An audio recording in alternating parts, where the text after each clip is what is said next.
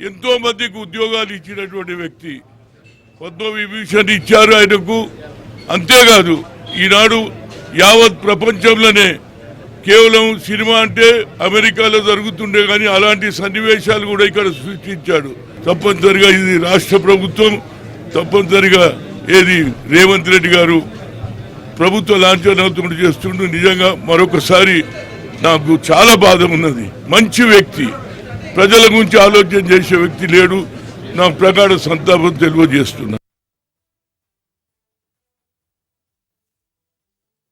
ఈరోజు మహోన్నతమైనటువంటి వ్యక్తి, ఒక చలనచిత్ర పరిశ్రమే కాదు యావత్ ప్రపంచానికే ఇది పెద్ద లోటు. నేను ఎప్పుడు అంటూ ఉంటాను, Alexander the great, Ramoji the great అంటుంటాను.